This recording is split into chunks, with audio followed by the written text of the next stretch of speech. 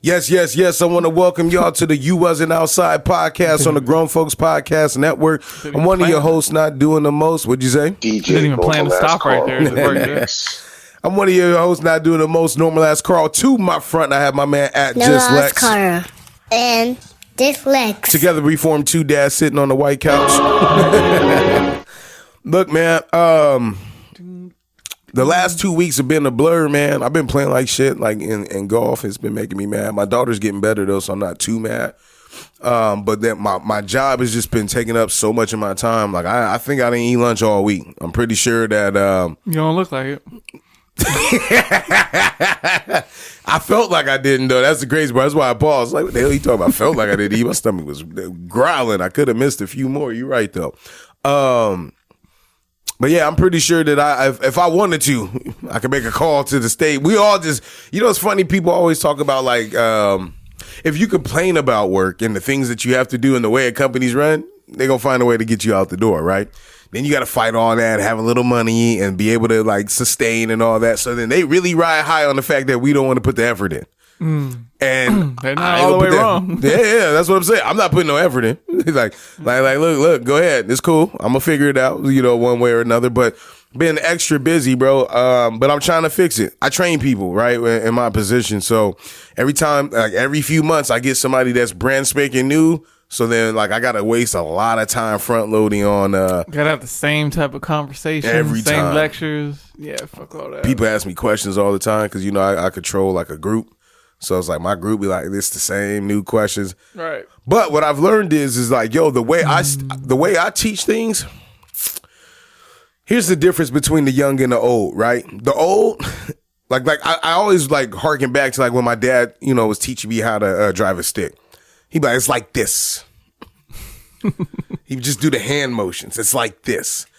And when I went to a motorcycle training, I got my M1 license. When I went to a motorcycle training about 12 years ago, there was a guy in the class and he was like, like, it's not hard if you know how to drive a stick, how to drive a motorcycle. It's just the components are in different spots. Well, all right, that makes a little sense. I'm feeling a little better. At this time, I didn't know, I'd never been on a bike before or whatever. But I knew how to drive a stick.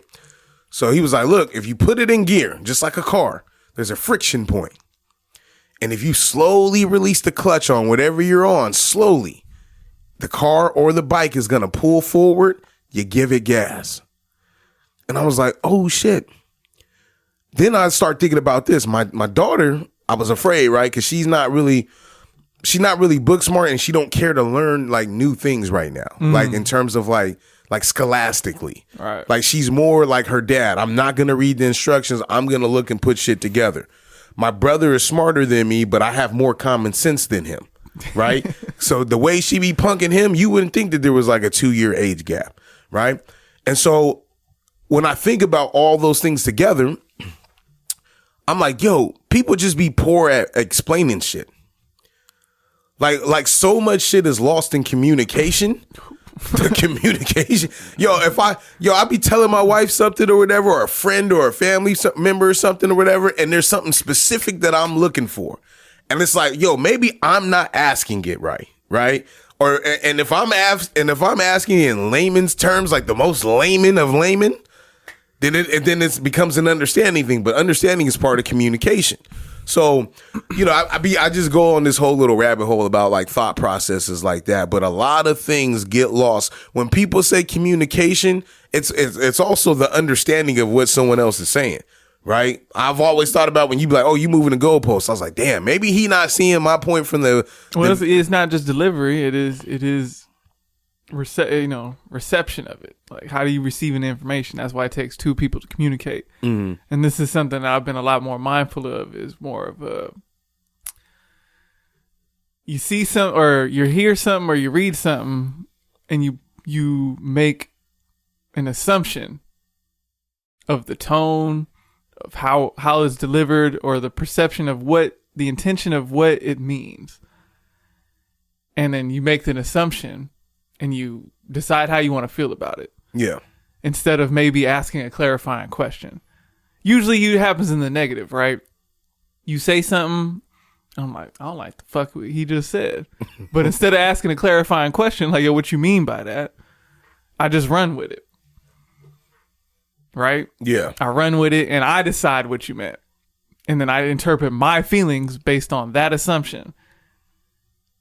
And then I just walk around like, I ain't fucking with him right now. I don't think that's just you then. I think I'm that's not saying everybody. it's just me. I'm you saying said in general. this is what I'm being more mindful of right now. Of how people interact? Of how I receive information and how I deliver information. So sometimes I give a lot of disclaimers on what I, don't take this the wrong way. Or, but anytime you hear a disclaimer before a sentence, no disrespect, you're like, what the fuck are you about to say to me? You know what I mean? But it's... Which is crazy. Sometimes you need disrespect when sometimes you need to do that because it's like, hey, I don't know how to articulate this any better, so what I'm about to say might sound fucking crazy. But just understand, I truly am not trying to hurt your feelings, I ain't trying to offend nobody, but blah blah blah. And the crazy part is you could do all the disclaimer shit, and someone gonna take it and still make the assumption. That's the part that gets me. That's where I have my little attitude sucking my teeth right now, because I feel like we live in a generation where you just can't be real anymore. I was going off on a tangent last night or the other night. I had seen a video. We all eat meat, right? We all eat plants and shit, right? Plants are living organisms, right? Meat is living organisms. And this dude was like fishing, and it was like a squid inside the bucket. He starts pretending like he's tickling the squid. The squid is gasping, but it looks like it was laughing. And there was a bunch of people saying, release it in the ocean. He's not laughing. He's in pain, right? And, dude, all this. And people's like, oh, it's not funny. And I'm sitting here like, yo, what the fuck, man? Yo, where do we live right now? Like, it's weird. Like, if people always, when people say, oh, it's not sunshine and rainbows or whatever, we're in the sunshine and rainbow era with chaos still at the same time. When I was younger, I used to want to live forever. Like, I'm afraid of dying. Like, every day I become less and less afraid of dying because I'm like, yo, for what? Yeah, I feel it. Hey, look, I'm almost thankful that before it got really bad, this is the era that the Lord, selected for me. Like, yeah, we gonna give him 89 till whatever. You know what I mean? Like, I'm almost glad because the way we go, I see things in a completely different lens. After watching Our Life on Our Planet, I took a look over off the 54 over there by Evans. I took a look off the 54 off of Evans Tire, and I was like, oh, we're the invasive species, right? This shit is terrible. Like, and then, no offense, but where you live at, I'm like, yo, these are people that are just faking it, right? Like, in terms of like, yo, you may live this far, but we fucking this planet up. What's going on over there by Evans Tires is in the air and it circulates over here. That's your problem too, right? No, yeah, I was chaperoning. Y'all taking new members? There's always a house for sale. I was chaperoning G's field trip on Thursday. We went to the zoo. And during there's this one little thing, there's a side-by-side picture, Southern California however long ago versus Southern California today. And G was like, Dad, what that mean? I was like, that means it's gonna be rough for you. He's like, what happened to all the animals? I said, real question. I said, we happened. He's like, what do you mean we happened? I was like, we're the reason the animals aren't here no more. He's like, but why? I was like, because we don't be protecting the earth. He's like, but I be picking up all my trash. I was like, yeah. Shit, one man. I was like, you do. Send him by Evans. And he's Tire. like, and you be getting mad at Mom for putting banana peels in the trash can. I said, yeah. She don't really give a damn. but you got to understand, like, it takes a little bit more than just me and you. It's gonna take a few. Well, Zeke does it too, and I'm like, all right, he's not taking. I gotta be super big picture about this. You ever been to Maine? No, that's another side of the world that we don't know who cares as much as you. It's not gonna work. The world, the United States. So I'm trying to explain it to him without him getting super scared, but at the same time, like, nah, I want you to be scared. Yeah. Like if Chris cried when it thundered. If I'm scared at 35. You should be terrified. Each generation should be afraid. And the funny thing is like these younger generations, man, they so young, dumb, and entitled, man, that I don't know, like they gonna be so worried about arguing about what sex somebody is that they ain't gonna worry about what's going on with terms of like how they fucking up the ecosystems and shit. I don't know how we got here because, I'll live in this bag with you, bro. It's just the world that we live in, bro. You can't tell jokes.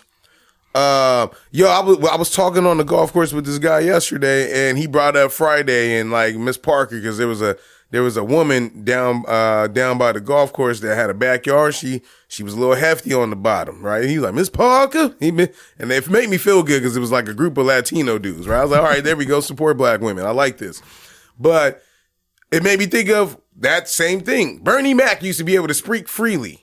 I used to be able to laugh and all this. I never was the biggest D.L. Hughley fan, right? But Bernie Mac is my hero. We could go ahead and put in, I always love Chris Tucker, right? Like all these guys and comedians and Martin and stuff like younger Martin and shit, where you could just get your shit off. Now we live in, everything's a headline. Nobody's safe. They done got Diddy, I think Diddy got Diddy. Yeah. I don't think that had anything to do with Diddy. I'm not supporting it. I'm just saying they getting everybody, man. It's a weird time period. I feel like I'm in the upside down. Like that's how. Oh, well, welcome. I've been there. I've been there for a long time. I'm taking a creep in there, bro. Because what was we saying before that? Oh, because you called them young, dumb, and entitled. But there's always been a section of people with that entitlement. Like with the shit before, like, oh, the reason shit going, because there's a group of very powerful people that are entitled that don't give a fuck. These are my resources. So yeah, because it's fucking shit up for everybody else currently and will fuck up for everybody in the long term, I need to get my paper. So I'm about to do what I got to do.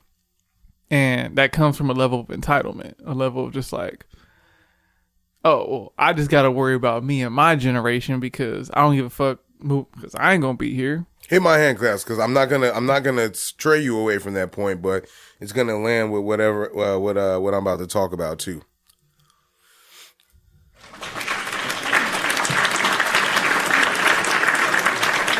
This week in music, right? It's random, but it's gonna connect. My brother-in-law, he hits me up not last Friday that just passed, but the Friday before that, so 2 weeks ago. By the time y'all hear this. And he's like, yo, that new Meek Mill and Ross album is out. I said, all right. That sounds like my time period, 2011-ish, 2010, when they was like, really like on the ascent. They're on the tail end of or not the tail end, but they're on their way down, right? Like it's the height of them, is gone, but they're on their way down. But I was like, I'm going to listen to that because I'm waiting. Fourth quarter's popping right now, in my opinion, right? For me, for the music that I enjoy. And he was like, then after he says that, he says, oh, they saying it's trash, right? And the thing that's crazy is that I be asking all the time, who the fuck is they, right? So when he said it, I went to the rap page before I even listened to it, right? I like looking at people's profile pics when I judge them, right? So I'm looking, and it's a bunch of like young kids, 16, 17, oh, these dudes just washed, the music is trash, blah, blah, blah. I go and listen to it. So you played, a little bit of it right now, and I'm at the golf course. I'm like, yo, this shit is fire. Like I like this, right? Like I'm okay with saying that I like this. So I text him. I said, yo, had to been a bunch of little kids saying that shit, right? Because I saw what I saw, and I like it. So he wasn't sure about it, right? He wasn't at the level of consciousness that I was at instantaneously when he first said it to me. So he goes and listens to it. He's like, hey. This is kind of fire. It's kind of hot. Then they released the numbers the following week. I know you don't care about numbers, right? But 35,000, right, was what they sold in the first week. Now projects live on forever. I still play Good Kid, Mad City, right? So if that's the case, and we are playing old music because there's certain songs that we like or resonate with us, they got something that they already sold 30,000 copies of, and who knows what it does for the next 10 years. At $9.99 a pop, 30,000 copies comes out to about $400,000.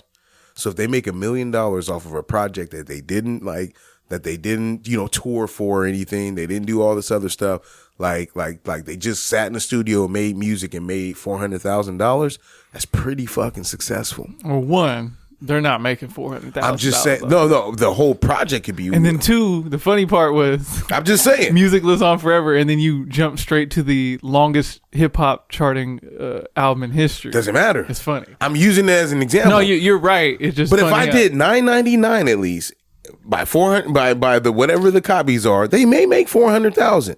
Not saying that it's going in their pockets. Yeah, you got to break the brick down and give it to the producers and shit like that. But like one of our pod fathers still makes $20,000 a year off of Pump It Up, a song that we all say is corny, but they play it in stadiums everywhere still today, 20 years later. So, and that was another big song, right? At its time period for what it did, but you can still eat off of things. We still get listens and views off of our first episode before you was even in this couch. That assumes that the music is going to live on forever. In these days, these people are making songs for the moment or making music for the moment. So they don't, and I think 50 was making a point of this a couple weeks ago when he finally went diamond, was like, hey, if you make the real music, you don't really have to always keep putting some shit out. The shit gonna live on forever. Mm-hmm. And it's constantly gonna be a thing. No one's gonna remember, all right, so just to jump in on this Meek Mill, Rick Ross thing, I like the album. I'm not going to call it fire. I ran through it twice. It was cool. I like it. I'm not going to call it trash. I'm like, nah, this is a cool listen. Everyone's going to forget about this and before the year is up. And I know the year doesn't have much longer. And that's not necessarily their fault. I see where they put some effort into certain little pieces. But this isn't the type of album that's going to live on. Why not? I'm saying live on in terms of getting money. I'm not saying like it's an instant classic. You got to think about albums that usually do that are going to have the strong first week and then be consistent. How much is a stream worth? Fuck, I know. It depends on who you asking. I'm saying like depends on what company's handing it out. Exactly, but there's a revenue attached to it. So all someone has to do is play the song.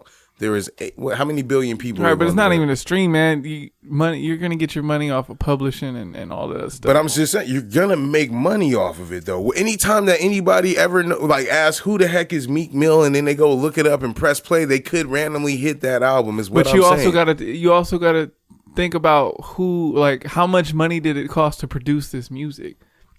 They put a lot of money into the mixing and the beats and all that. You keep talking about profit. I just keep talking about making money in general, no matter who it gets broken down to. If it's not profit? Look, it generates revenue, whatever it is. It could be $1. I'm talking to a penny saved is a penny earned. You over here like killing me right now. Because they haven't because they're in the hole right now. Absolutely. I agree that they're in the hole. But again, they're in a position to where they can get out the hole.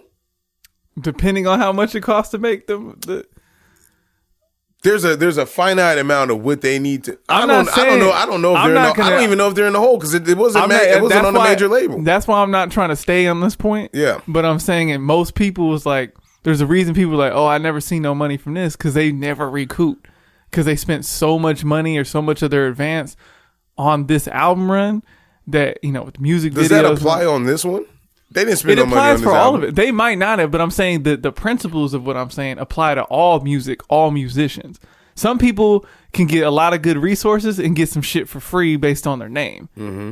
And it is what it is. If you made $1 off of something without having to do any work and it did it itself, is that not successful to you? To me, as long as you make $1 more than you spent. All right. We don't know the specifics. Because then moving forward, they're not going to tell us everything. Because I don't really care about that part.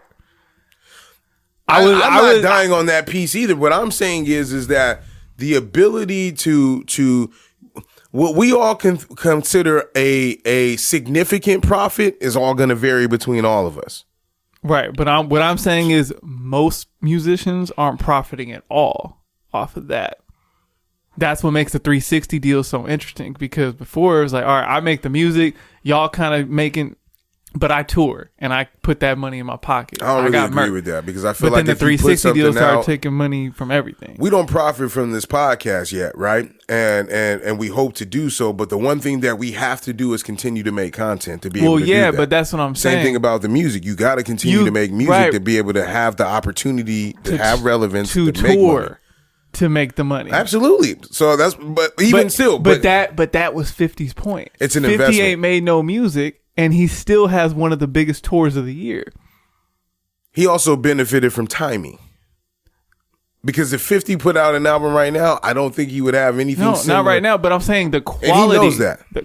He's talking about the quality of music, not necessarily the timing of when it came out. Yeah, he had great timing, great whatever, but he didn't go in there on some microwavable shit. He went in there and it was what it was. So yeah, a lot of these albums come out, Rick Ross and Meek Mill, it's a good album.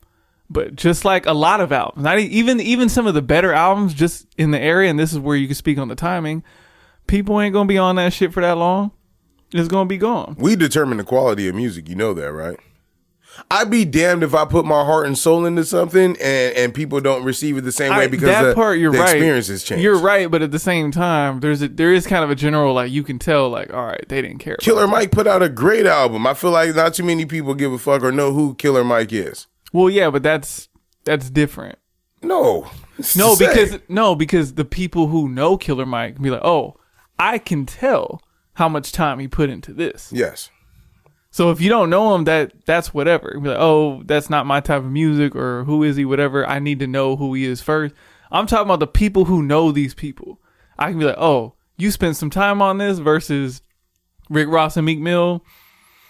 Y'all was just trying to put something out because both of y'all kind of need each other in the moment based on where y'all careers are at right now. Mm-hmm. That's what it looked like to me. And I was like, oh, okay, the single they've been pushing for the most part seems to be the best overall song to me through the first listen. They threw it on number 1. Well, that's good. It's like, oh shit, this how it's starting off. All right. And the first time I heard everything was in your car, and I'm not in very many places where I have music loud anymore. Yeah. And everything kind of sounds a little better when the volume's up. Yeah. In the car. Not on your phone or like. So I was like, oh yeah. Okay, this is cool. They should put it out in the summertime. Too much competition right now. Yeah, well. Did you listen to Collard Grove? I did last night. 2 Chainz and Lil Wayne? That was very enjoyable. It was better than Rick Ross. I'll give you that. Yeah, I agree. Yeah, I only had the way you said that was like I was about to fight you on that. Nah, I ain't gonna fight you on that. Well, because the way you were talking about, like, yo, this shit is fire. It's fire, bro. Because in comparison to what we got all year, man, like I'm still harkening back to like when Little Uzi Vert came out, March, April, May-ish, around that time. It was like, yo, what the fuck is this? I don't even listen to that. I still didn't go and listen to it. But it's like, where's the music at? Now, I get it. There's no money in music, but I'm still going to ask the question. You know, so like, I'm gonna go off on the ledge with very unpopular opinion. Prior to like reconciling his Cash Money shit, or his relationship with Baby and all that to where they're at least cordial, which has been in the last few years, I haven't been the greatest Wayne fan.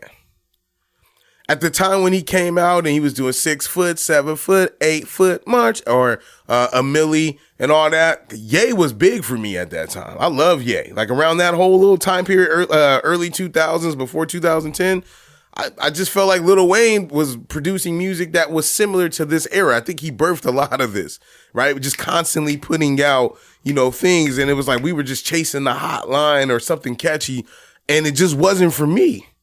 That wasn't the type of shit that I was on. So now I would say in the last 3 or 4 years, in my opinion, that boy been rapping. And the back half of Collard Grove, and I'm also gonna say this one last take, and I'll let you jump in. On Collard Grove, what I appreciated more was that the beats actually tended themselves to some shit that 2 Chainz would give you on an album. And Wayne it felt like to me that Chainz was like, yo, I like this beat. Wayne was like, yo, I'm a chameleon. I can do any beat, right?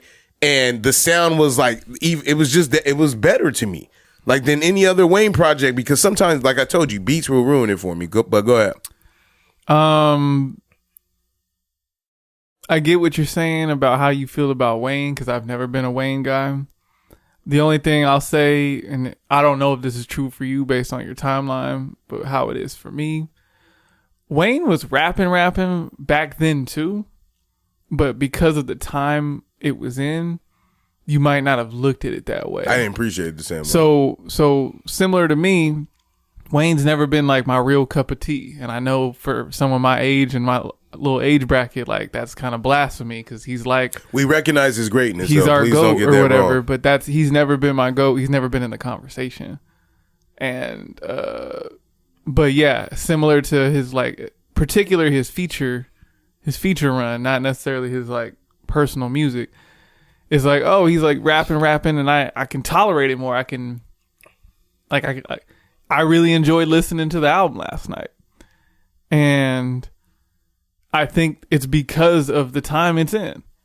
Because I'm searching for something that's missing, and it's like, oh, well, this ain't bad. So is Lil Wayne getting better, or are my standards just lowering? And I've been asking this question to myself for years, where it's like, when I go back and listen to some old albums, and back then I used to buy a CD, and if I didn't like a song, it didn't make my iPod, right? So I'd go through these lists, but as I go through it on the streaming and those songs that I deleted come back up, I'm like, this ain't even that bad. And that's because I'm looking at it through a 2023 lens where I've accepted so much more mid that something that was mid or trash back then ain't so bad. It's tolerable now. And I don't like that. But I don't know how to stop it. But music has changed completely since then. The cadence on songs, the beat selection, there's way more heavy 808s. But no matter how much it changes. And the South ran that time to period too, which is crazy. But no matter how much it changes, I still find plenty of shit that I'm like, all right, I can rock with this. But I've just accepted too much mid. And I got to start weeding some of that shit out. Speaking during that time period, Luda's in a new movie that was on Christmas Caroling or whatever. He's out here. Good for him. He has one of my favorite careers. The still shot was crazy though. They had him looking crazy. I'm gonna watch it too. Speaking of because we got a couple more things on music too. This was the funny thing to me, right? So Drake drops. Oh, Scary Hours. You didn't hear edition. it? No, I didn't. Okay, so I loved it. I heard it. Are you about to hate? I'm not about to hate. I'm about. Because let me get my positive shit off. You about to hate first, then. Well, go ahead and talk about it. I'm not hating. I'm just. All right. It's just interesting. I'm not hating. I'm mad, right? Because what I told people was what it was about. It was 9 or 6 tracks. 6.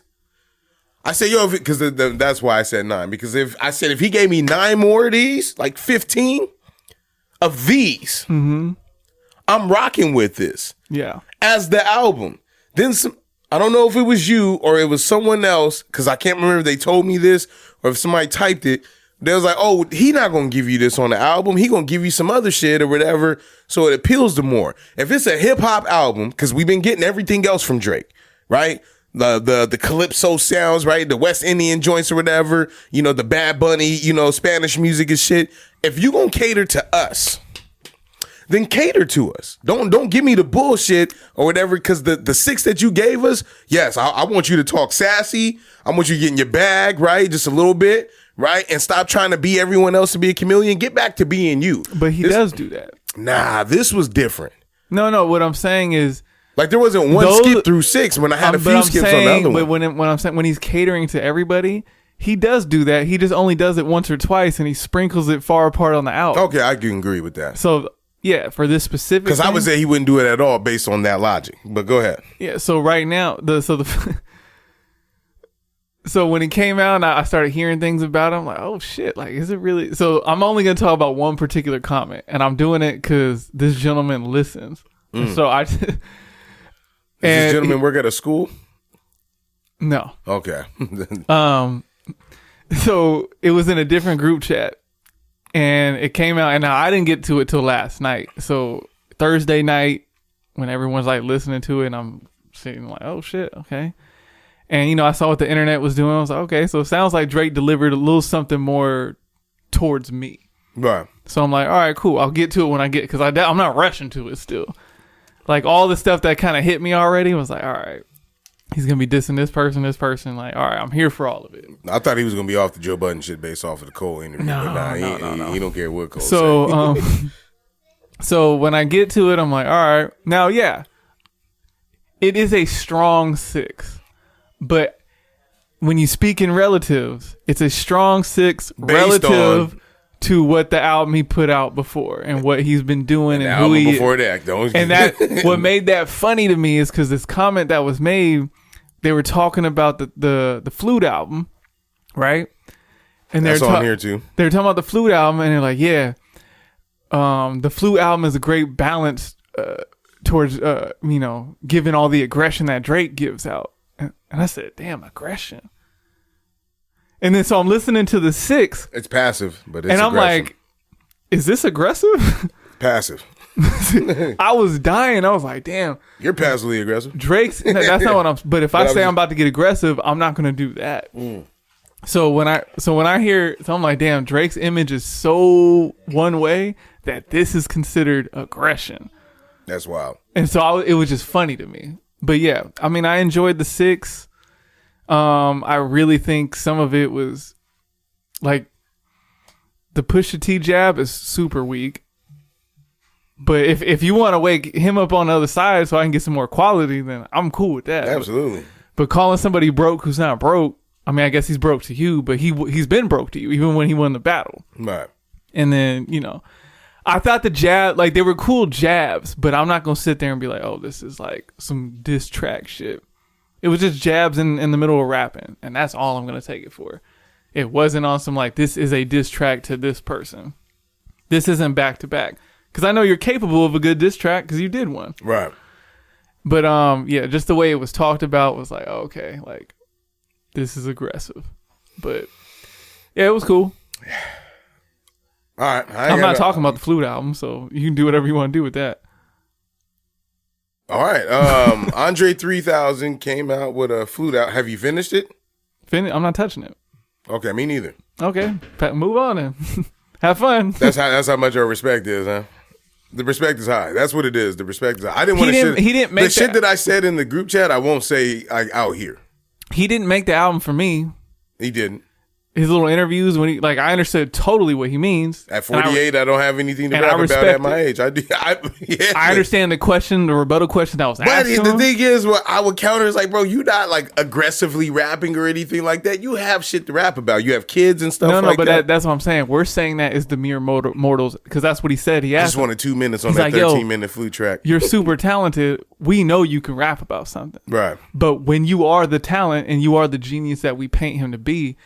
If he doesn't think that, then he's not going to put it out. Just like all the people that talk about all the music laying around Dre's house. Like, yo, this shit is better than anything I've heard in years. And this is your scrap heap.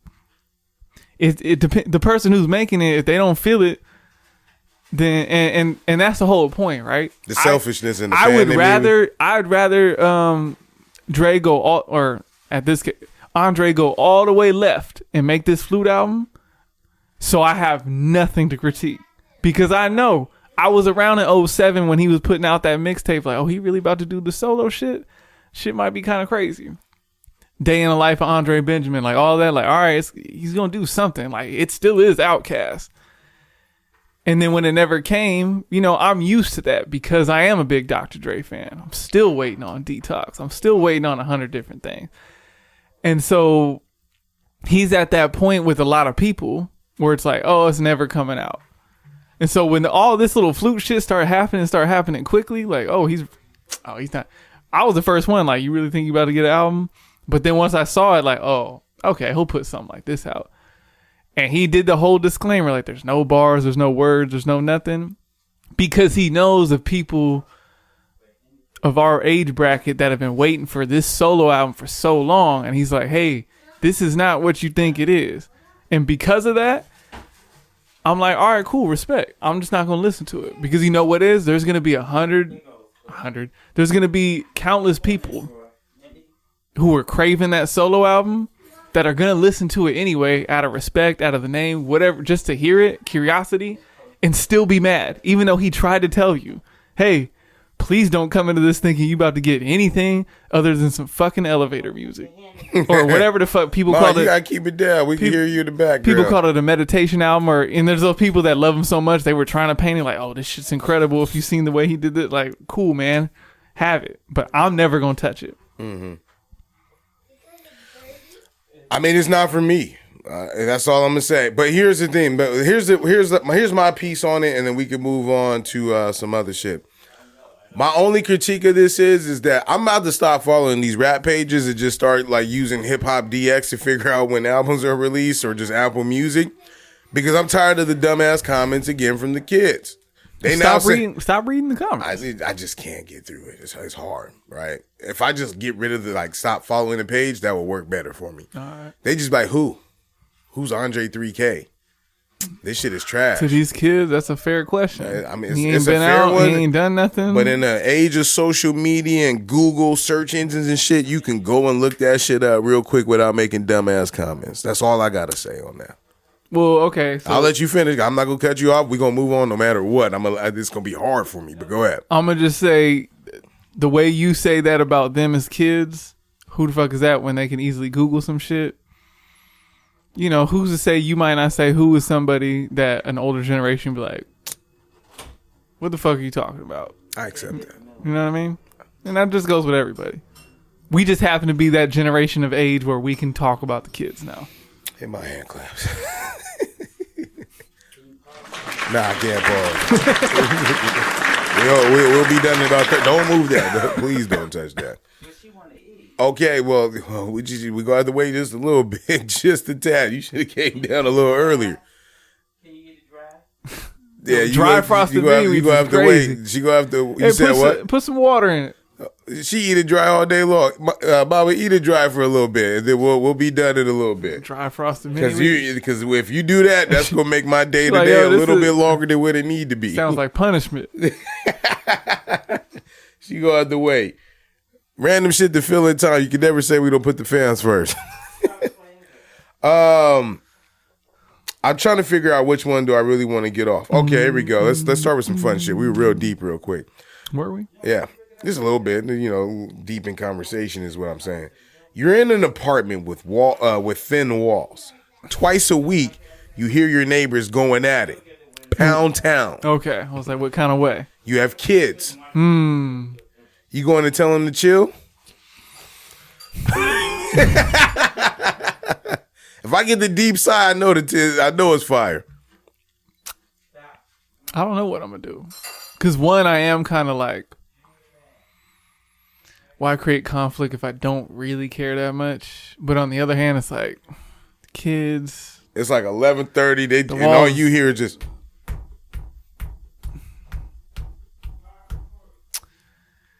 I mean, on one hand, I guess I would want to, but on the other hand, I'd be like, no, I'm just hating. He must have had a long day. On one hand, it's like, all right, if I really hate it that much, then I need to put myself in a position to get up out this apartment. On the other hand, it's like, oh man, these fucking kids can't sleep, they can't function at school, blah blah blah. You ain't never lived in an apartment either, though, huh? I lived. My first condo had a shared wall, but it wasn't that bad. Like you can the whole thing wasn't shared, and then the parts that were like parts that it was thick enough because of living here will like give you a false sense of like privacy, because like this house has a shared wall, my house has a shared wall. I don't hear anything. I've never heard anything that goes on at these neighbors' house. Yeah. Let alone even my other neighbors. Maybe if they're in the closet, like it's like I can maybe hear like a little boom, boom, but like, that's it. Even at my mom's house, like little, very little. Sometimes you forget it's a shared wall. Right. So when I moved into an apartment, like when I went to college, I was like, oh, what the fuck is this? Like I can hear everybody's steps and shit like that. You know what I mean? I can hear like dudes playing music from the other side. I can hear the outside. Look, these dual pane windows. Hey, you take people who have these, don't take them for granted. They keep the house cool. They keep the house warm, and they block out sound. Yeah, they block out sound. Cause I've been in places where them old latch windows that you gotta slide open. I've been in some apartments now. The weather get in and everything, bro. Like all the elements, you gonna feel it. With kids, that's why I threw the kids in there. I might have to say something. You know what I mean? After a while. Yeah, only because because I know people that do that shit with no kids, and they'll say something, and that's when it's just all hate. It's getting dangerous to do shit like that though, too. Like it depends where my apartment is, like where I'm staying at, right? If you got me off of Kenwood, have at it, big dog. I don't even want no smoke. Yeah, I had to eat a lot of that because I had windows that you call, the weather was getting in. Yeah. So you get everything. And then when you outside and you right next to a little parking spot and you got people hanging out with multiple hoes coming through just on some, they don't know about each other, but we all about to find each other out right now. And and you don't know what. Oh, so you see somebody get caught in the act?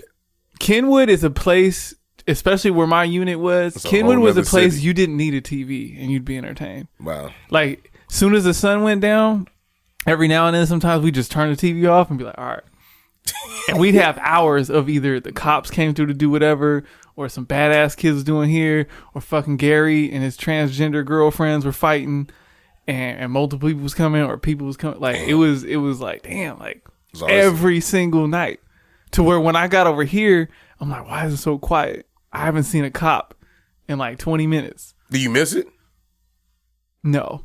yes and no, because it's so popping that on times when I'm over in that area and I'm like, all right, let me stroll through the sea, you know, especially like G or somebody's with me, like, let me show you what it could have been. You ungrateful little shit. And I still haven't been able to get over there because every time I go over there, it's blocked off by the cops. Oh, still some shit is going on. Yeah, they just had a shooting yesterday in Spring Valley. Is that when the dude was holding his family gunpoint? It was an AR. I think like two people got shot. That shit went to my phone. I was like, damn. It's getting hot. I feel like every weekend we see something popping off, man. And you know, I still actively live here, but we live on the outskirts right here, right? It ain't the same. What I do miss, and we talking about this style of living, right? Like, I miss, if you were to ask me about like some family shit and I told you like, me and some family members don't speak, I always harken back to like them times. The harken might be my word today. But I always, we're going to get a rainbow, a little bit of rain in the sunlight. But I always go back to those times when I will walk from where we was at. He lived by, let's say, Valencia Park Elementary. I will walk from there to Four Corners. Go to the taco shop right there. Hit up Green Cat, get me something to drink real quick because I'm going to save $1 going next door, right? And just being a kid. Now, the funny thing is now is that you could say I'm pussy or whatever. That's a terrible term, but, you could say that I am because I ain't going to be there at nighttime. Because I know what happens, right? So, like you can sit here and be like, oh, he saw because he ain't going to do this or do that or whatever at night or whatever. I leave there because it's like, yo, the stuff that happens there in the evening time, like, I don't want to be caught in the crosshairs of it because I'm beyond that now. I'm not running the streets. I'm not hanging out anymore, So it's like I miss those days. And so I go to some of those spots. Like one of the taco shops I go to is off of 54th, right where the old, now new Fan Mart is. You know what I mean? Like these are all the places that like they remind me of my childhood, but I can't go back, And even now I was telling her last night, I was like, we got to move. I'm done. Like I don't know where it is. I was talking to you in the car, looking up at the hill and shit. And I was like, I'm done. Cause a part of me was like, oh, I'll never leave the hood or, I ain't gonna never leave where I grew up at or whatever. And I've outgrown it now. And that's good. That's a great thing, man. It's a great thing to feel like, yo, it's time for me to get out. It's just a level of wisdom. I mean, cause I'm thinking about like, yo, like you talking about going to Four Corners to get some tacos and a drink. Homegirl lived right there on the corner next to St. Rita's and we would party over there. Yeah. I'd be there at night, all times of night. So you're like, I can't be here when the sun go down. I was there only when the sun was down. Right. And then we walk outside. No, I'm saying that now. I was there when it was dark too. You walk outside, get some air, and it sounds like when you wandering through GTA and you're hearing all these random noises and little sound bites. And it's like, damn, just like it should be super active. And even during the day when they got that little corner where they got all the thing where people just set up their domino tables and just start getting active and yeah, and back you're like, oh, it's only fun because nothing's happening to you. But at any given moment, some shit can pop off that you ain't ready for. And it's like, why even put yourself in that position? It was dumb even though it was right across the street, it was dumb for us at 2 a.m. to be like, fuck, I am hungry. And walking across the street and doing all this other shit. And it just, we reminisce it of his great times because nothing happened. But a lot of times, not necessarily in that area, or wherever we're at, a lot of times shit did happen. Right. And yeah, we still got lucky or, we were able to get through it. And we look back at it like, oh, shit was exciting and shit was whatever. I'm cool with being boring. Yeah. Like, I'm not, nah. But the thing what we also saying too, because I don't want to shit on anybody that live there. If you live in that area, you know what I mean? Like I went, old girl where we got these couches from, it was It was in some shit. You know where, cause she moved now, so I could say the area. Yeah. You know where Kalina Park Golf Course is? Yeah. It's like over there. And I was like, yo, I'm about to get these chairs from over there. My mom was like, yeah, they got bed bugs. Like, don't be bringing them in my house if they got bed bugs or whatever. So I was like, I'll bring you the chairs from my house first before I do it. Yeah, but you know, even over there is expensive right now. Like, it is what it is. Yeah. But nowhere safe. It's just that there's some places that have a high propensity for things. No, yeah. Versus another area. That's the growth you have to do. Because I was on the same tip. Like, yo, like what the fuck I need to move out the hood for? Like, that's who I am. Like, so I might as well just, you know. But at the same time, it's like, let me go experience some new shit, be some other places, be in some new environments, and see what it is there. Not to mention now it's like, we're going to sit here and complain about how soft the kids are and how entitled they are, but we're also leading them in that direction because they don't got to deal with certain things that we had to deal with. And then later we're going to complain that they don't seem experienced enough. So I try to parent like a old boy's mom in Sandlot where she was sick of him being in the house. Like, yo, go get in some trouble. Like, not a whole lot of trouble, but go get in something. You know what I mean? I was thinking about that last night. So I'm gonna tell this story. People may judge me for it. I personally don't give a fuck, and I'll give some context clues as to why I'm doing it. This and why I don't give a fuck what anyone says. Right? Early part of the pod, I was talking about sunshine and rainbows and all this other shit. My daughter has a brother, right? And that's her half brother. So he's gone half of the time. 1 week he's with us, 1 week he's with his dad. So yesterday, she's entitled. My daughter is entitled. I'm okay with saying that. She gets everything she wants. She's got 2 sets of grandparents that are still walking this earth. You know what I mean? And want to give her things. So when she wants something, she wants it now. So I showed her a video of the dudes doing the cat's cradle and walking the dog with the yo-yo. She got a yo-yo. Her shit come right back up. So she want one that sleeps now, right? Sleeping is when you throw the yo-yo down and it spins and it won't come up. It stays down until you pull it up. So I'm like, all right, you know, I'll get it to you. You got to do some shit for it, right? She got to, you know, do some golf shit and, you know, eat some of her food or whatever. Like, you got to earn this. I'm not just giving it to you. So yesterday I started playing with the yo-yo that, you know, I bought her a new yo-yo. She got one coming on Monday. I'm playing with the yo-yo she got now. She's like, hey, it's mine, right? She gave me the, hey, it's mine, and was crying. So what I did was I started running around the house with it, just teasing her, you know? And she's having a fit, and she crying and upset. I'm playing with her in the same way we was played with in the 90s. She come in the room, I do a little juke move, close the door, turn off the light in the hallway, run downstairs. I'm doing all kind of kid evil brother shit to a point where I felt like she had enough. And I did that because, one, you need to know what that feels like because there's mean people in the world that's going to do that to you outside of this house. But I love you. So we're going to laugh and joke about this later on and say, oh, you remember when you was crying and blah, blah, blah, like on some shit like that. And some people may not agree with that. But I do that because my kids need to experience what it feels like to be hurt. We got too many people walking around right now feeling like, yo, like someone owes me something when human beings don't owe you shit. And so and I'm thinking about that in this neighborhood and all these things that we talking about because it's like, yo, our kids don't go out the same way because the world is a little bit more crazier than what it is. People don't be looking up Megan's Law website. If you listening to this pod right now, look up your address on Megan's Law and see how many offenders live near you. That was some shit we didn't have before. So like I take these unique styles of parenting and everything because some of the experiences that we're talking about, our kids will never have a chance to know what that feels like. Sick. No, I mean, but it's true. But at the same time, that the biggest part of that is like, hey, at a certain point, you got to realize you got to learn how to lose. Yeah. That's the overall arching thing when trying to teach them that shit. It's like, hey, you got to. Because y'all not handling that shit. Because y'all just used to winning all the time or shit easy. And it's like. And like, you black. I get it. But all your kids black too. 100%. You know what I mean? Like, hey. And so if I'm stressing this to you, you definitely got to listen. Right. It's not a little different for me, but for you, well, nah, you come in wearing what you got on right now, they gonna treat you just like us. But it's all right. Still different, but. Oh, man. But it's like, yeah, just learning to lose is such a big thing as a child.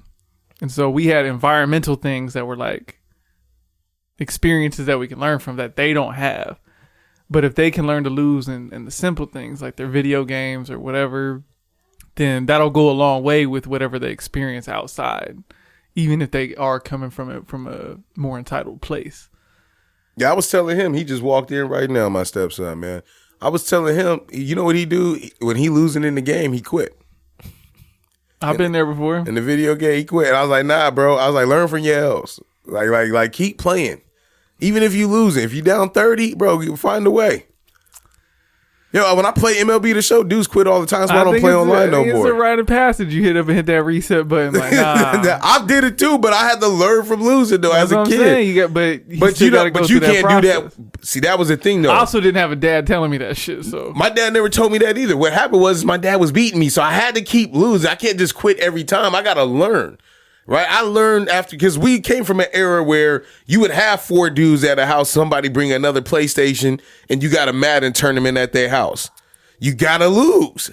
But now when you play online, you take away that power of like, oh, I don't know this person, fuck it, I'm out. I don't even like playing people in the same room no more because I'm used to this era now. But I ain't quitting. I've been losing. I've been losing 8-0, or I've lost 8-0 at a video game, baseball, and came back in the 8th inning. Who was gonna wait there for all that? It's patience. Well, see, the hard thing to do with a kid too is you can have some scenario like that actually happen and be like, see, this is what I'm trying to tell you. Remember this one. So when you go into the next game and you're losing, you don't freak out. And it still ain't clicking. It take a while. We was paying Monopoly and it looked like Zeke was running away with it. This fool had all the property, all the cash. I knew I was out. That sound like life though. I was accepting my fate. I was just trying to like, if I can just last like 2 or 3 more rolls just for my own pride. I need to know who came back up, but go ahead. And then G's freaking out and he's like, he's gonna win. And I'm like, hey, based on the board, like, you not too far off. Like, you can, at this point with Monopoly Junior, when there's not as much thinking involved. Yeah, when you have to buy shit and there's not as much strategy, it kind of is luck of the roll. And I just had a terrible go that run. I was out pretty early. And it looked like G was gonna be out like, I might have to buy the game. 4 or 5 rolls after me.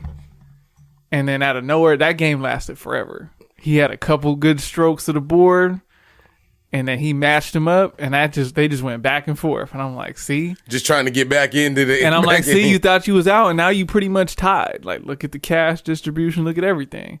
And it got him happy. And so I'm like, remember this. Or even last night, we were playing Uno. Mm-hmm. And I won the first game, and he was fine. And he won the second game, and I'm like, all right, thank God. And then I won the third game, and I'm like, oh, based on the pattern, you might win this game. But I'll run off 3 more in a row. And he started getting down, and he started getting that little pouty face. I'm like, dude, you've already beat me tonight. He's like, yeah, but I only got 1. And you got like 4 or 5. And I'm like, listen. That's life. But you beat me once. And so that means you can beat me again. And a lot of this shit is just luck, because it's only 2 of us playing. Right. And then he ran off like 2 in a row and the smile coming back. And I'm like, please just remember this part. Yeah. The process. Respect the process. Yeah. Yo, because like I feel like a lot of people run around here with that same mentality that he was displaying as a kid. Like, bro, like just because you didn't win at life doesn't mean the homie hit me. He gonna hear this, but I'm only gonna speak life into him. He hit me and he was like, hey man, I need to be a better dad. I need to get like you. And I say, yo, the only reason why I post videos of my kids and me doing shit with them is for the motherfucker that may not have the same will as me, because this shit ain't easy. I go work, I spend 10 hours in a building. I go to the gym for 1.5 hours religiously, Monday through Thursday. And when I'm dead tired and I don't want to move, there are days where I don't get up. So sometimes I'm like, yo, you got to repay that back to the game. So I forfeit my Saturday evening, because yo, I missed some days this week. But I do that to motivate somebody, to let them know, like, you're not by yourself, big dog. I do the pod every single day. I got something to do, right? That's why they was like, oh, why you got DoorDash and shit like that? Yo, it's easier, bro. You know, the travel time, I can cut that down. No offense. It's No, just, I think the context of why they're saying why you got DoorDash is the because problems. because you called yourself broke. But DoorDash, you got to have more money because of the food. Nah, if you did the per count or per trip. I don't Anyway, well, I don't want to get lost in that. What was I on? I totally lost. Motivation for dads that ain't Oh got yeah. it. So he was like, yo, but when I looked at his story, I was like, yo, bro, like you in school right now. I remember having these conversations with you 10 years ago, and you kept saying I'm going back. Now you telling me you going for your master's program. You a great dad already. You're a role model for your kids. So because I'm on this type of shit or whatever, all right, who cares if you don't get on until 3 or 4 years from now? You know what I mean? Because you're trying to get established. You know what I mean? Like you're a great dad in that manner. So it's like I just feel like people need to. I feel like a lot of people that complain and shit like that about things or whatever just didn't have that direction or seen what great parenting looked like or had that. And it's not their fault, but it is their fault with how they want us to respond to things. I think a lot of things too is you no matter how much somebody tells you something or the phrases you hear, it just don't happen until it happens to you. Like someone tries to describe like the birth of your first child or whatever, and you're like, oh no, great. But when you're in the moment, you're like, oh, this is what it's hitting me now, what they're saying. And to all the dads out there that are like struggling to be like, oh, I'm trying to do better than what I had or whatever it was. And I still struggle with it too, but really half the battle is just showing up. Whether you're boring or, you're not doing as much or you're not capable of doing as much, like half of it is just showing up and some type of effort, right? Because I was looking at G last night because he about to turn 8 next month. And I'm like, damn, like, I'm over here thinking about how I'm doing, but I lost like my male role model, like my grandpa. I lost him at G's age, but he still lingers within me today, and he's been gone since '96. Wow. And I only had him until that age, and he lived in Riverside, so I only saw him ever so often. And so just being present in your kids' day to day, even though some days is going to be rough, some days not as much or whatever, it's still going to, if you're doing something and it's positive or you're trying or whatever, they're going to see it.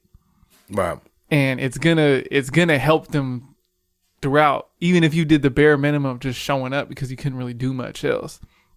And then all the other shit is just going to be kind of gravy. In my opinion, anyway, at least from what I'm seeing right now and for what trying to put myself in, because G's at an age where I have a lot more memories than it was when I was like Zeke's age. So I'm like trying to place myself to see where he's at and what was going on. And yeah, so.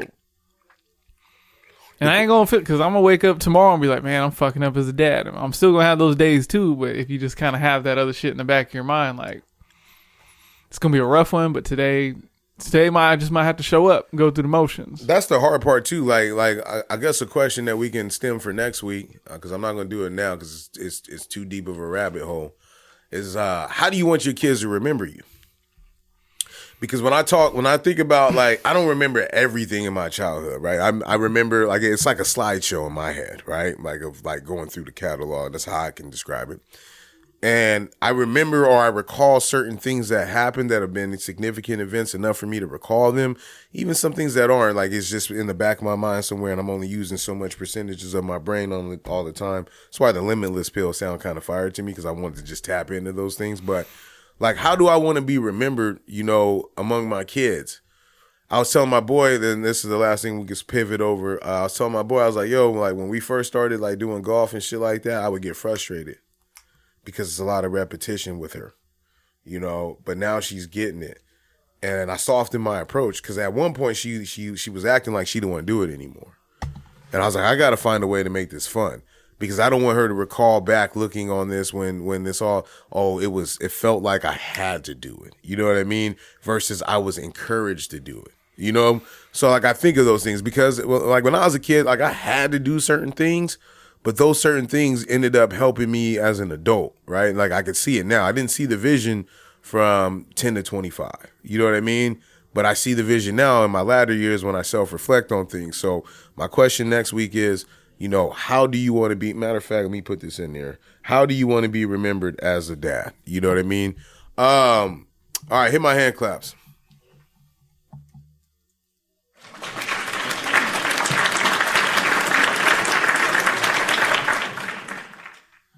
Read them and weep. I had to write that in there. Sorry about that. Am I in the wrong? I'm a 20-year-old female. I babysit for some extra cash on the side. This just happened, and it's eating me up. So here we go. So the family ordered pizza for dinner. Mom left cash on the table for me to pay. It was me, the two boys, 7 and 10. Large cheese pizza and breadsticks. Damn, they ain't grew up yet. I have all. You still on cheese pizza? You still have it? You still kind of childish, unless you have an allergy. Well, maybe it's because the kids are picky, so I got to get cheese because I was picky too. But now I'll eat a whole veggie slice. Like that shit fire to me. I don't know. I can't. I'm talking about the kids. That's what I'm saying. But when see, we get lost on the wrong one. I've always been under the impression that the babysitter is allowed to have a reasonable amount of dinner if they're expected to serve dinner. I've babysat a few times in the past and have never encountered this. When the parents came home to relieve me, they asked how tonight went. I said fine, and said that the pizza place was really good as I had never ordered there before. The mom looked at me puzzled and asked me why I ate the kids' food. I feel as if this was not an inappropriate amount to eat. However, the parents disagreed. Dad said they didn't expect to have to feed me dinner as well and told me not to eat their family's food. Overall, I'm very uncomfortable and confused by this experience. Both boys were fed and did not complain about being hungry for the rest of the night. I personally have always assumed, perhaps wrongly, that if I'm expected to serve dinner as a sitter, then I'm welcome to have a serving. Is this something anyone else has experienced, or am I in the wrong? I'm right there with you, man. That's kind of crazy. It is, right? like I can see. Okay, here's the thing. Yes, you are wrong, right? Like in factual statements, yes, you are wrong because we're paying you, right? We're not paying you to eat, but we're leaving money for these kids to eat. Now, here's where it gets tricky, right? Like if you looked at it from that asshole, because they're mean, in my opinion. But what if those kids were like, hey, mom and dad ain't here. We're going to start fucking around or whatever. We're going to play video games. We bullshitting on eating. You got the TV on because you don't know exactly how my mom and dad operate. They just found you, right? So if I eat with you, turn off the TV, that's encouragement. When I think of eating in that style, I think about your kids because they be eating slow, right? So I be trying to eat with them, like when we all used to get together and stuff like that. But I would try to eat with you and be like, hey man, let's all I'd be there with you. Same thing with my kids, right? So we do certain things like turn the TV off and shit like that. Ain't no TV get turned on till you take a few bites. I'm not gonna force you to overeat or nothing, but you gotta try something because I know you're gonna ask me for some snacks. So you taking away this power from this young lady in 2 slices. If it was $18 for a large pizza, $4 ain't gonna hurt you. $2 ain't gonna break you.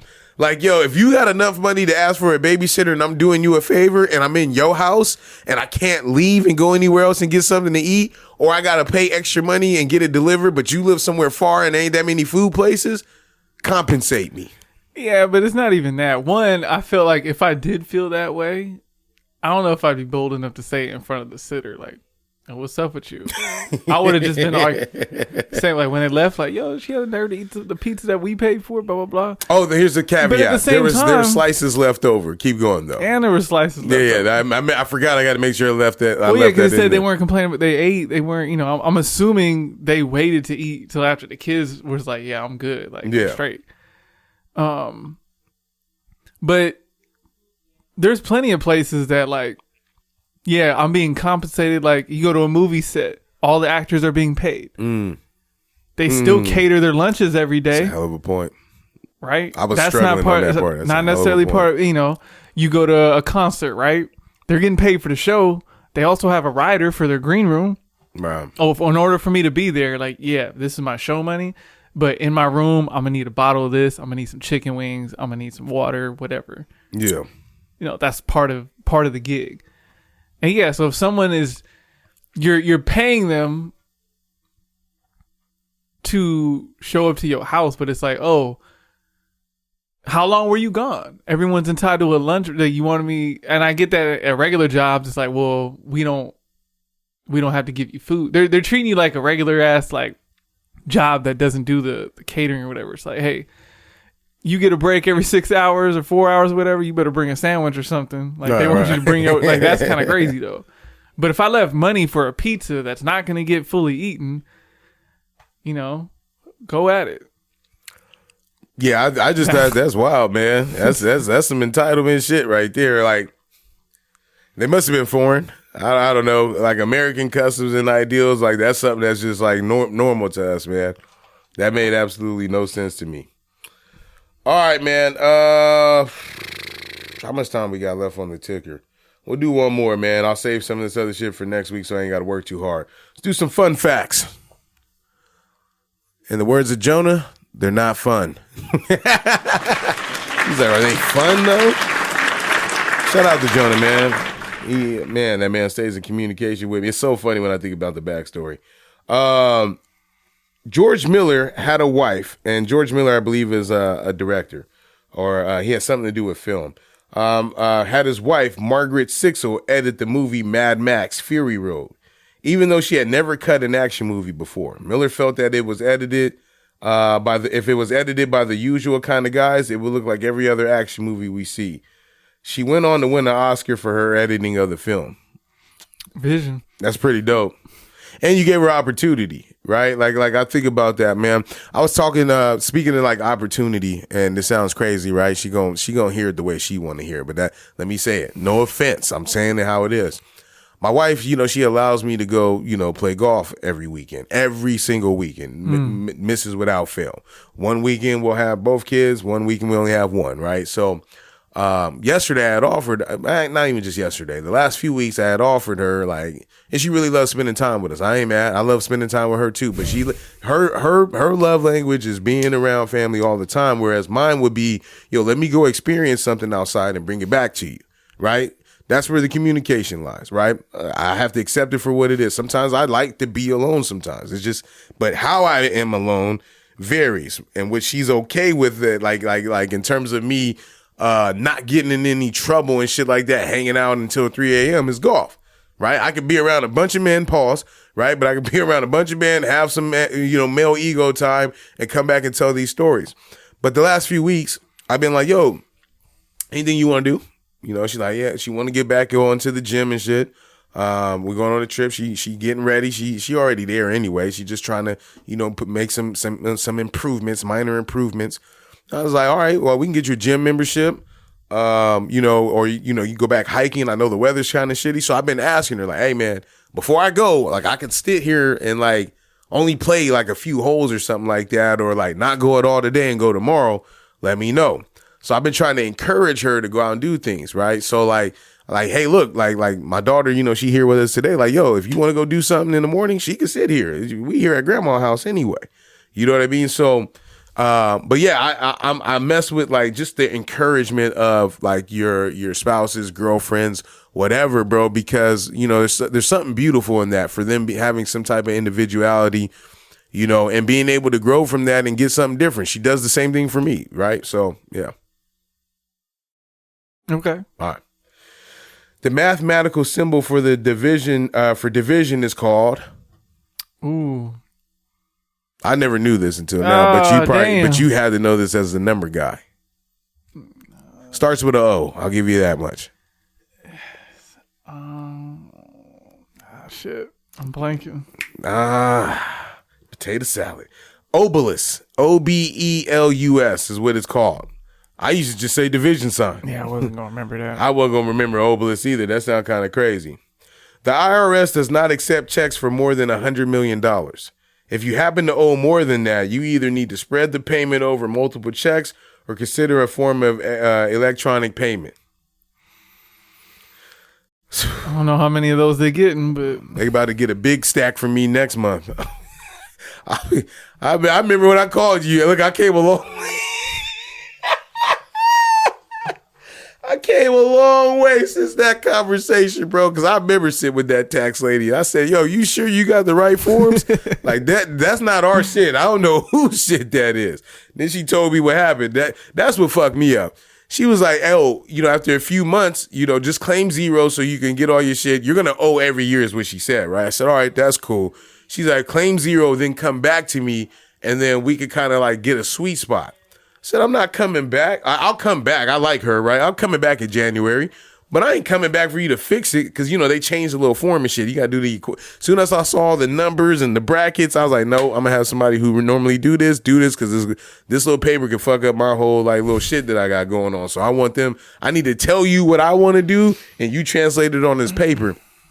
Anyway, my whole point in all that is the IRS, they ain't going to call you. All right, they're going to do everything written. So it's almost tax season. Some of y'all be falling for the okie doke and all that. And also a refund is not a bonus. It is all the money that you were supposed to get during the year. So stop spending your tax money like that. I just need to start telling that to all my people out there just misusing it. What I typically do is, and I've been doing since 2010 when I figured that out, is that every time I get a refund, I put that shit in the bank. I got money from 2010 in my bank, I'm sure. Look at you. I'm sure. You too. Don't do that. No, I don't. You live in your 2010 money. Yeah.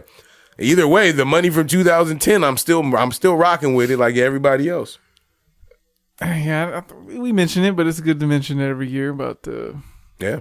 Yeah, it's not a bonus. It's you gave a free loan to the government, and just ask yourself, would the government ever give you a free loan? Nah.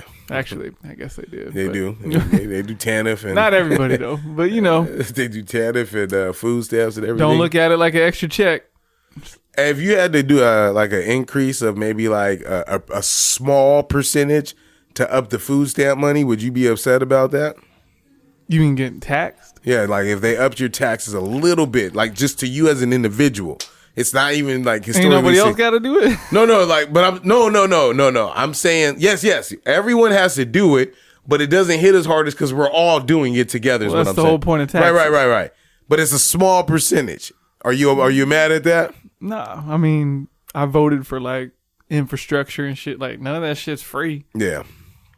Anybody that's outside of like a 7-Eleven or a liquor store, I'm like, hey, dog, they got it in taxes, big dog. It's one of those, like, yeah, I'm like, damn, like, I'm voting for this because of the theory of it. Obviously, the execution probably ain't going to go down the way I would like it to, but I can't complain about it. I can't complain about this pothole in the road if I didn't vote for the infrastructure. Right. Right. I'm right. Now, when I vote for the infrastructure and the pothole's still there, now I have all the right to just sit there and bitch and moan about where the money's going. City of San Diego doesn't do yours, though, huh? No, I live in Chula Vista. So they contract with somebody that should be getting done fast, I'm sure. Well, in my actual neighborhood, it's a HOA thing. So that shit's done right away. Oh, our great. HOA sent our financials for the year, and that shit's pretty healthy. So, no, you felt good about it? Not because it's like, oh, when you live in an HOA and you see the financials at the end of the year and it's healthy, it's not like, oh, it's just like, hey, that means they ain't going to be raising it or asking me for no special assessment when some shit really hits the fan. Yeah. Now on Kenwood, any given moment, hey, y'all, we ain't got no money in this and all the roofs is out. We just need 5 racks. If you live in an HOA, be weary of the financials because there is something called a special assessment, meaning that whatever they charging you per month, they are not running with that money right, or it's not enough. And so whatever they got to shell out for whatever, it's not doing it. And then something big happens that affects the whole community and they got to fix it right now. They knocking on everybody's door in the community. Hey, I'm going to need $5,000 right now from everybody to fix this. And if you ain't got it, understand like people that foreclosing on your house doesn't just happen by the bank. An HOA can foreclose on your shit, even if you paying your mortgage every month. I've seen it happen. To who?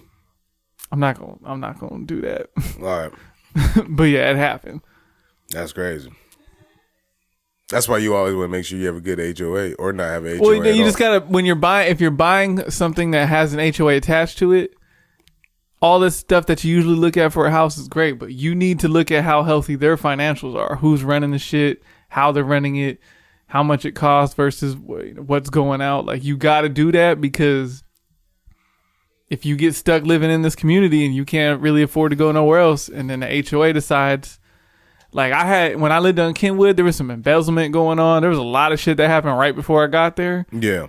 And I was like, all right, normally I wouldn't buy this because some shit's going to happen, but I don't plan on being here that long. Right. So luckily, you know, there was an assessment. It went up another $20 while I was there, but yeah, any given moment, I was like, yeah, that's way too much for this community. But at any given moment, they're like, hey, we're not charging enough because we still want to do all these things. All these things got to be replaced. But that's the thing, though, right? There's a give and take. Because if you don't have an HOA, I have a boss that lives on a private road out in East County. And so I want to say like something happened to the road and they needed to pave it. So they went and knocked on everybody's door. Everybody agreed to put, I think it was like 15 houses. And I think the work was going to be like 25,000 or something like that. So they went and knocked on everyone's door. Now, here's the thing. Out of all those 15 people, one of them was a 75-year-old person with a fixed income. So you can imagine they not parting ways with their cash because they're, the money I got is the money I got. I'm supposed to live off of that. So, they were mad, and everybody was like, no, you need to pay it. You need to pay it. And one of the guys was like, look, I'll just spot him the money. You know what I mean? Like, he don't even have to pay me back. It's cool. Like, we just need to get this road fixed. So, like, when the HOA, everybody's got to, like, live up to a substandard. So, there's drawbacks and there's drawbacks to everything in life. Or if something break in your house, on the outside at least, where they would take care of it, like your yard and shit like that, the HOA takes care of all that. You come in, you look at like this street right up here that with all the bumps on it, some of them houses don't be taking care of themselves, right? But here you got this nice turf lawn, and then you got the weed, the weed growing. I got my own generalizations on race on who likes to do that. You know what I mean? But I'm going to leave that off mic though. Anything else you feel like we need to get off right now? I know you was ready because once I start hearing you deep breathe, he be like, oh yeah, he's reaching his limit. Chair's so comfortable though. The chair's so comfortable that he like, I could sit here all day. Do I want to? Hit my 3 cheers, man. Oh. Real quick, shows to watch. Okay. The Killer on Netflix. I actually enjoyed it. It's slow the first 15 minutes because bro's just narrating and exercising and watching stuff. But after, it's pretty good. Like at first I thought it was gonna be corny. He's the dude that plays the main actor is the guy that plays he plays the new Magneto in X-Men. Fassbender. What's his name? Fassbender. Where's he from? That's his real name? That's his real name, yeah. His last name. That's fucking crazy. I think it's Fassbender. Yeah, he's in it, bro. He does a really good job of playing like an odd dude. Like he did and I didn't think he knew all the moves and shit because I had heard a bad review somewhere else, but he was a legit dude. But it's worth a watch for you. I finally got around to that last season of the Wu-Tang show. So I wrapped that all up. Overall, it was a really good show. That last season, they kind of played around a little bit with certain episodes and whatever, but I wasn't mad at it. And then when I look back at it, I was like, all the actors did a fairly good job at representing and like just the mannerisms, the appearances, and all that. And it's kind of hard. They did 3 seasons. Wu-Tang been around fucking 30 years. So it's like, how are we going to do this? So where they stopped was respectable. It was a good stopping point. They covered a lot in that last season. I think that's why I was thrown off by some of these little one-off episodes they were doing, like Atlanta. But it was still relevant. But yeah, shout out to everybody involved in that. And I know I was hella late because I had season 3 on the back burner for like a year and shit. But if you ain't checked it out on Hulu, Wu-Tang American Saga, like, it's not trash. Okay, I might have to do that then. How many seasons is it? 3. Oh, I can do it. If it's under 3 when I first start, I can always make it. I always tell myself that. All right, man, let's get this 3 cheers popping off, man.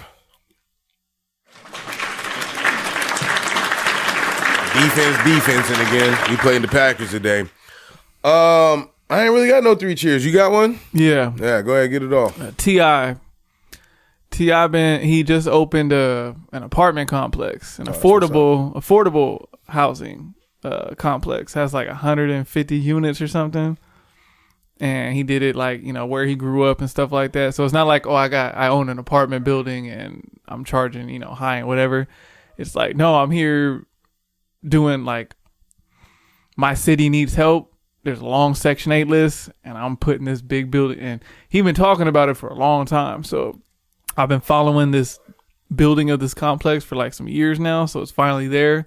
And I think he even included, there's like 25 spots not like rentable, like they're for like homeless. That's what's up. Like, so it's like a shelter within like an affordable complex. You know, to a real estate investor, it sounds like a recipe. Like, yo, some shit can pop off at any given time, and I'm sure there's might be some issues, but this is what you got to do, right? This is the work you got to do to like. This is you giving back, and I didn't see a whole bunch of news coverage or anything on it. Not that I don't know if I would, but you know, we talk about stuff and people giving back, or we talk about people always being some shit, and the triumphs and all that other stuff never be as loud as the rough shit they be having going. You know, right. T.I. one of them people who's been in the news a lot for not a lot of great reasons all the time, but you know, I don't see this being as loud as it was when he had a gun at the BET Awards. You know what I mean? So that's hate, man. Shout out to him. Not on you. I'm talking about all that going on, else. Whatever it is. Let's get out of here, man. We out.